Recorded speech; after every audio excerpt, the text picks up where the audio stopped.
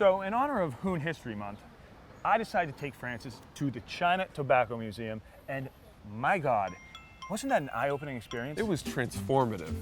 And I mean, like, I used to consider myself a bit of a hoon expert, but turns out I only knew the tip of the hoonberg. There is just a long, vibrant history that goes back way further than I thought. For the longest time, I mistakenly thought that cigarettes were cancer-inducing, bad for you, just a terrible, terrible habit. And then I went to the Hoon Museum, thanks to Donnie. Now I know they're a great, fun pastime filled with rich history.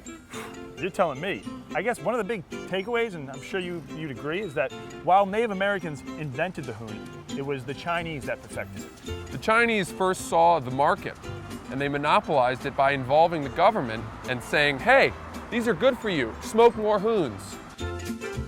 As we all know, there are some bad guys out there that are making fake hoons. There's been an international effort to cooperate, to crack down and get those fake hoons out of the market.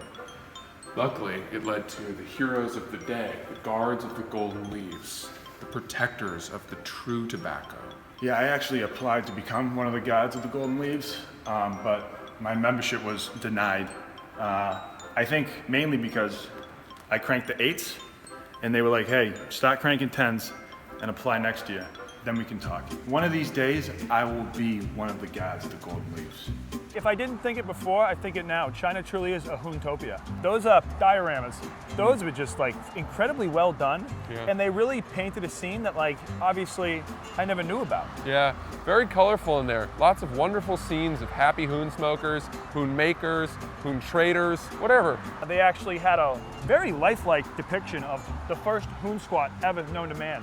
And an interesting thing about that is that they're squatting on seats, in which, and I guess it's like a status symbol to crank your hoon while squatting on a seat, because it shows, you know, you're just a couple steps above all the hoon pickets who are like deep down in the soil and in the dirt picking the leaves.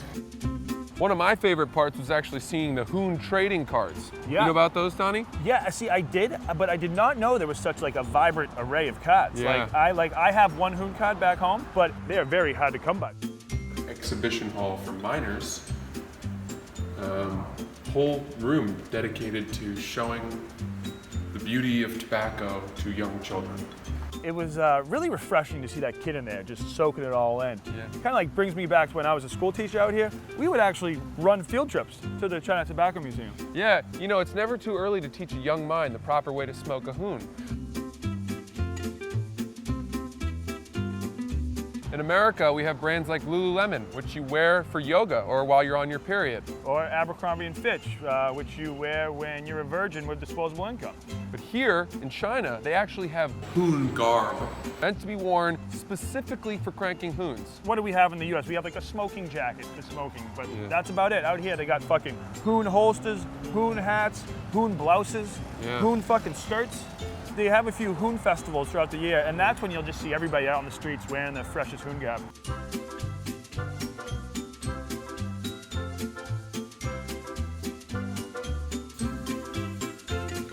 Well, Francis, was I able to change your outlook on hoons?